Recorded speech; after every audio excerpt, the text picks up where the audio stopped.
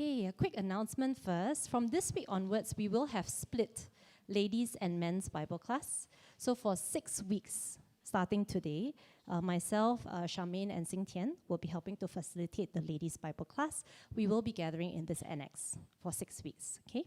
From 14 September onwards, that's when we will regroup with the men on the other side in the auditorium. But not to worry, we'll let you know before that happens, then when we regroup together, okay? So we have been on a series about how God is longing to awaken us to a fuller life with Him. I've been very encouraged by the authenticity and the rawness of the sharing, both by sisters Becky and Debbie last week, and also in the small groups. Because growing into the fullness of life actually requires us to spend some time first looking inwards, right? It's not just about the outward works and what we are doing, but really what God is doing in our lives. So in previous weeks, we talked about discovering our true self, understanding our past, and in today's session, we are going to learn that all of us, no matter how faithful, will inevitably face walls in our walk with God.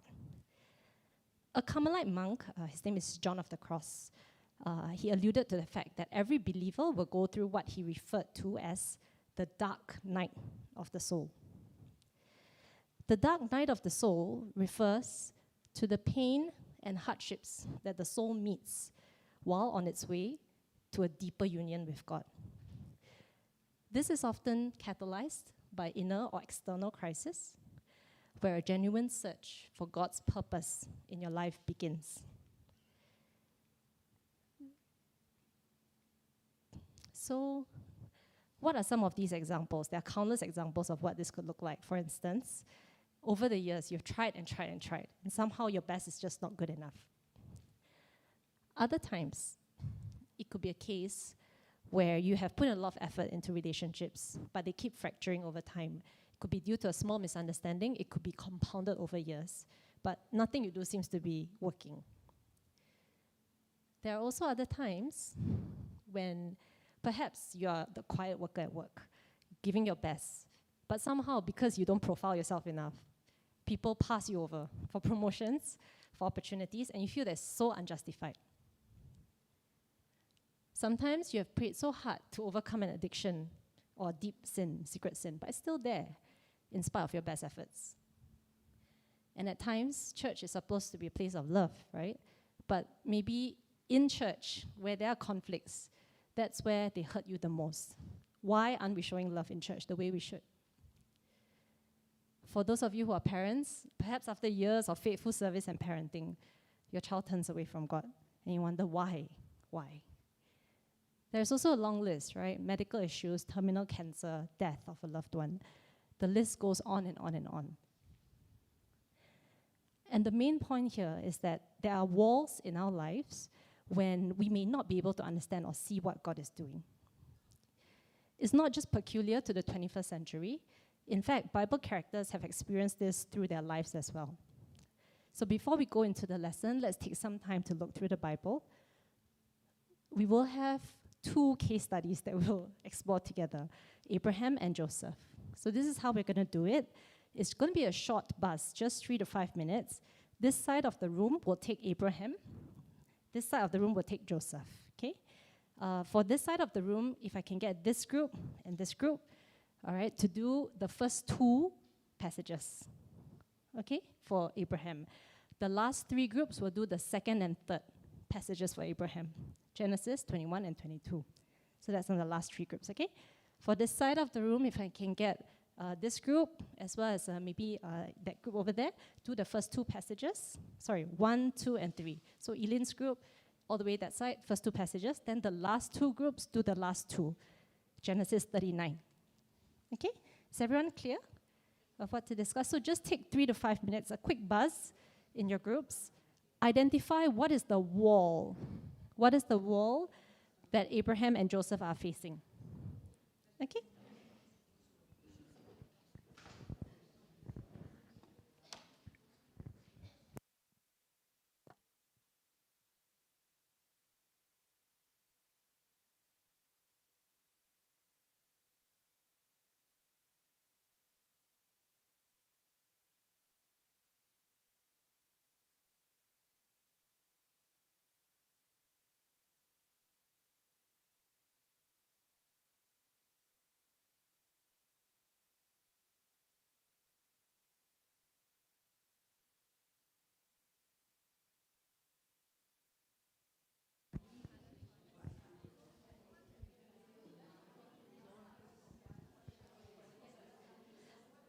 Okay, ladies.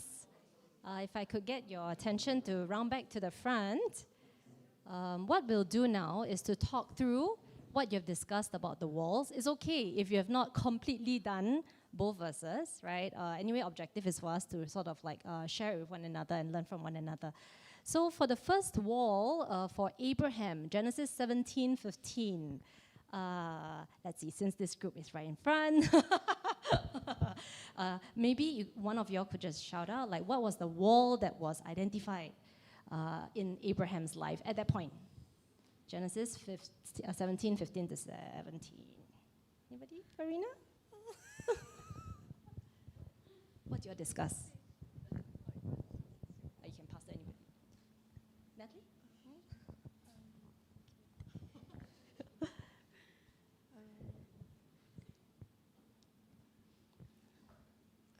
I think the wall is like they didn't believe that God could surpass the physical limits that they thought they had, being like age 100 and also 90 years old. Yeah. They didn't believe that God's promise could come true. Thank you, thank you. So that's right. If you look here, God promised to make Abraham a great nation, but he remained childless for years. Right? So the promise didn't gel with what he was experiencing as a reality. Second verse, Genesis 21. Would anyone from this group like to share? What was the wall that Abraham faced in Genesis 21? A few chapters down only. We say that here, Abraham must be thinking, alamak, if I hadn't impregnated Hagar, I'm not stuck now with trying to decide about Ishmael. Yes. So I guess he must be regretting that he didn't have enough faith to wait for 1 year for Isaac to have come out. Thank you. So you're right. Abraham actually, he loved Ishmael as well, right? Because he was the son. But he was given that very difficult choice that he had to cast out Hagar and Ishmael because he was not the promised son, right? So it's a case of he ran ahead of God. He tried to help God, but then now, oh dear, that wall is like God's will versus my will, and what's easier for me. The next verse in Genesis 22. Would this group like to share? Do you all manage to discuss? So once he had a sacrifice. Yes, yes. You asked me to wait so long, then now I have to sacrifice. You asked me to wait so long for my son, then now you ask me to sacrifice. Why? Thank you, indeed. Very well summarized. So Abraham loved his son Isaac so much, but after so many years of waiting, finally, he has to kill his own son. And by the way, he already sent away Ishmael. So now it's like net zero, right? Like I don't even have a son anymore. How do I be a father of nations? Okay, what is a theme that we see running concurrently throughout all of these different walls? The theme is actually that God's promises did not seem to match with Abraham's reality. So that's the overarching theme. God promised one thing, then you ask me to take away. Or I wait very long. Promise another thing, you ask me to kill it. Give me another thing, then my wife asked me to give the guy away, give the son away, right? So that was actually an overarching theme throughout all of Abraham's walls. Now we move on to Joseph. Joseph is an interesting case. The first verse, would anyone like to share from this group? What was the wall that he faced in the first few verses? Oh yeah, okay. In this verses that we read, it's his favorite son. So the brothers were very jealous of him. So basically, that's what we have summed up with him ending up in the Kenistan and him being sold off to the Egyptian. Yeah. So jealousy. Thank you. So that's excellent. Joseph was very well loved by his father, but he was forcefully sold into slavery by his brother. Right? So that was that wall that he faced where, I thought I was the favorite son. How come suddenly my life takes a 360 or 180 degree turn? All right. The next set of verses, did anyone on this side manage to discuss? Anyone like to share? Okay, you're still discussing the first one, is it? Did you get to 39? No. Okay, did anyone manage to get to 39? No, huh? Okay, never mind. So in Genesis 39, actually what happened, so our group discussed as well, but Joseph, he oversaw Potiphar's house, yet he was framed by his wife. right? Potiphar's wife, for attempting to sleep with her and was then sent to prison. So actually, we were using the word injustice. Like, hey, I was just doing my own work, minding my own business, and this woman came onto me and suddenly I got thrown into prison, right? So there was a lot of, I guess, that injustice that he felt at that point. Last one, before I show the answer. Did anyone in our group, in this group, manage to discuss?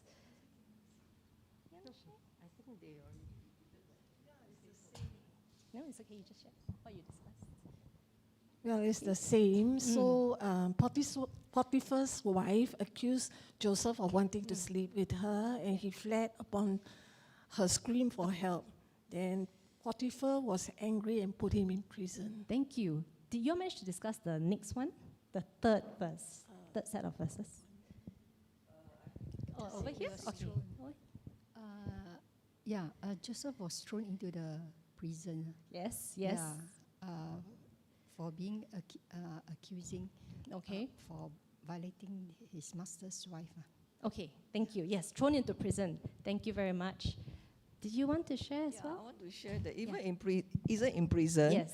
God was with him. Okay, That's thank so you. wonderful. Thank you. But Yes. I also say that Potiphar's wife, she was very badness. Then she took her a garment, and then she go and tell the king that Joseph is the one who seduced Yes, her. yes. So that is That's really right. a war for him. Thank you so much. So the theme for the last set of verses was Joseph did well in prison, but actually, he was forgotten by the cupbearer. So the war was actually, he went into prison and he told the cupbearer and the baker, right, say, remember me when you get out. But actually he was forgotten. So it's kind of like, I really did my dues. I also like translated like the vision and all that for you, but somehow people forgot him. Okay? So the running theme for Joseph's walls was actually his desire for validation. Right? He actually, from young had the coat, and he was the favored son. He actually thought that, how come I put in so much effort, but my efforts don't translate into rewards? Right? So that was that struggle or the wall that was a resounding theme throughout his life. Okay? Okay, why is this important? Why are we talking about walls? It is actually because at some point in our spiritual lives, no matter how faithful, it is inevitable we will bump up against spiritual walls. And without a very rich inner life, knowing who God is, we may actually end up in one of two scenarios. One is that we might end up bitter and hating God, or two, we might actually be jaded and very disillusioned about the situation and people. Okay? And if we don't confront that wall, move beyond the wall, we will get stuck and unable to move forward. Okay? Don't worry, I'll send across all the slides after this, so all the group leaders can disseminate it. But feel free to take photos if you like. Okay? I wanted to also share an example of Jonah, because Jonah was a classic case in point where he was called to preach to Nineveh, but he ran away from God, right? After being spat out of the mouth of the fish, he grudgingly went to preach to Nineveh. And in the book of Jonah, chapter 3, verse 4, it is known as what is the shortest sermon in the Bible. 8 words only in English, which is, yet 40 days and Nineveh shall be overthrown. He literally just went and preached like those 8 words, right? And then lo and behold, what happened? Actually the people repented and God forgave them. And then what happened to him? Let's see what happened to him. Look at that. He was exceedingly angry and displeased, right? And at the bottom, he asked that he might die and said, it is better for me to die than to live. And actually, what we learn from this is that Jonah had not, in fact, journeyed through his wall of self-righteousness and judgment of others. Remember, that was the main blocker that prevented him from even preaching to Nineveh, right? Like, he didn't want to get killed, and at the same time, he felt like they were so bad, like, why should I preach to them? Got spat out by the fish, went there, did an 8-word sermon, and they actually turned around, their hearts turned around, and then now he says, God, I knew this would happen. Why do you even send me? Right? So he never actually got past his wall of self-righteousness and judgment.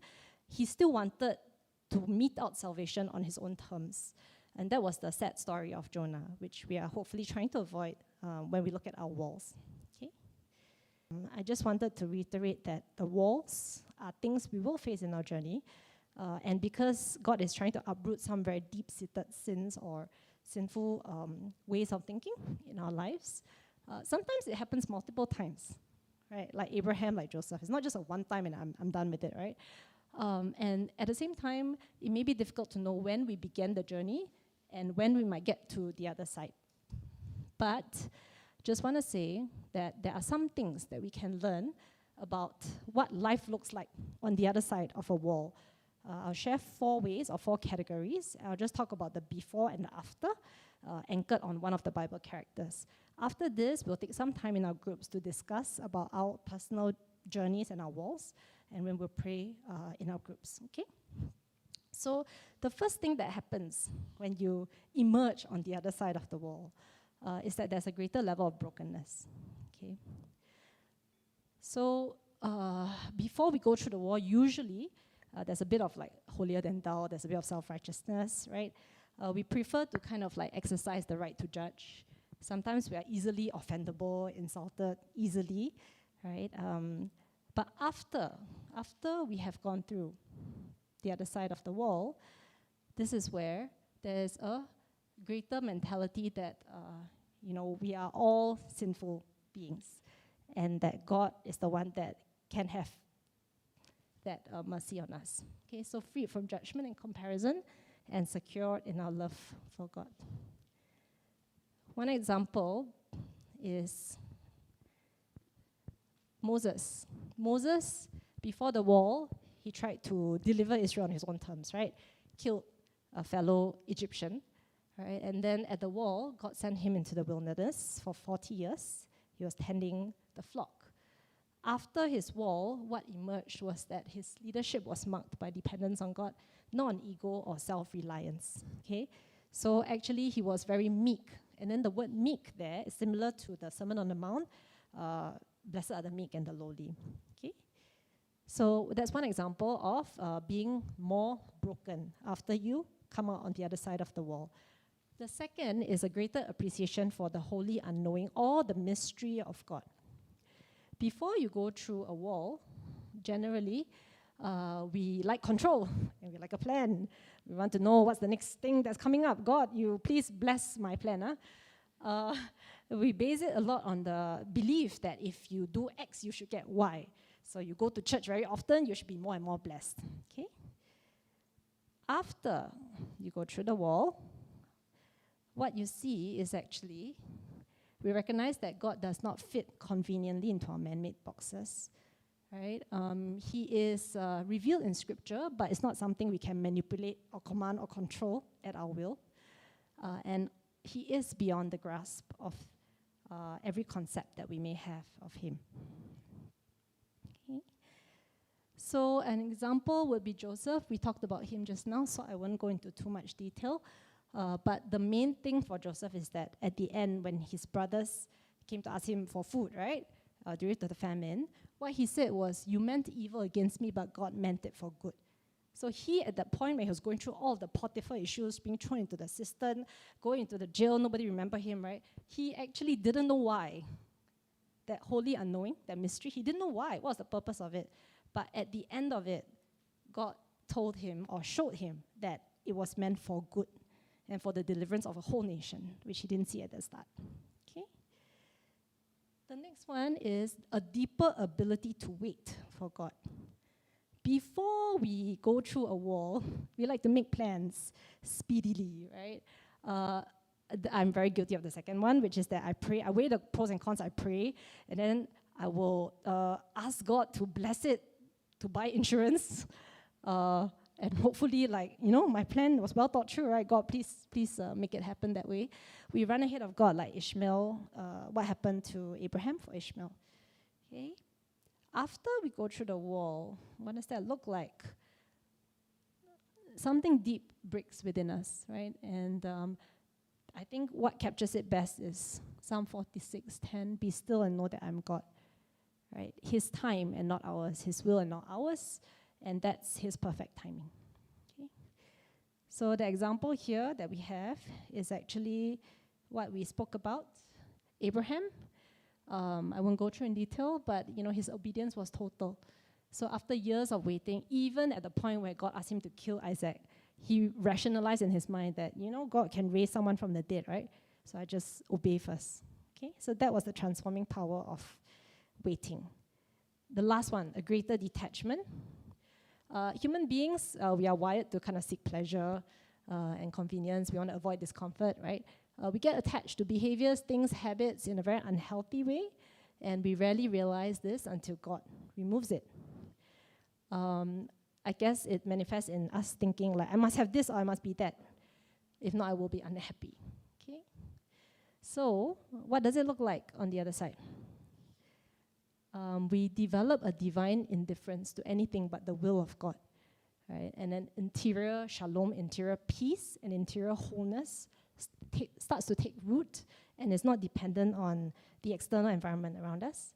And the last is actually the layers of counterfeit self are shed, right? So something truer emerges that is godly. Okay. So just the last table for you would be Paul. So Paul, at the start, before his wall, right? He was very proud, religious leader, right? And Paul actually went to persecute people. But then he met a wall, which is on the way to Damascus. He was blinded. And even after that, he continued to suffer a thorn in his flesh, even 15 to 17 years after that. Okay, so the Bible scholars, they don't know for sure what that thorn was. Some people, the theories are that, he was so blinded that he couldn't see very well. So that's why in Galatians he says, like, look at what large letters I write with my hand, right? So it could be the blindness. It could have been persecution, house arrest, and so on and so forth. So we don't know what the thorn is, but the most important thing is that after the wall, he considered all his credentials worthless, right? And he accepts his thorn. He doesn't get relief, right? He gets grace in submitting to God's will. So that verse is one of my favorites. 3 times I pleaded with the Lord about this, that it should leave me, but he said to me, my grace is sufficient for you, for my power is made perfect in your weakness. So it's not about his weakness. It's not about the blemish. It's about God's power at work in him. Okay. So we have talked about walls. We also have talked about 4 characteristics that God will hone in us when we go through a wall. Now in your groups, until 10, so now it's 10:16. So we'll take the next 15 minutes to discuss in our groups 2 questions. You can choose if you want to answer both together or just one of these, right? What is the wall that you have either faced in your past or are facing now, right? And are there any of these 4 characteristics that you think God is honing in you? Okay. We will come back at 10:30 just for a closing prayer, and then after that we head off for our break.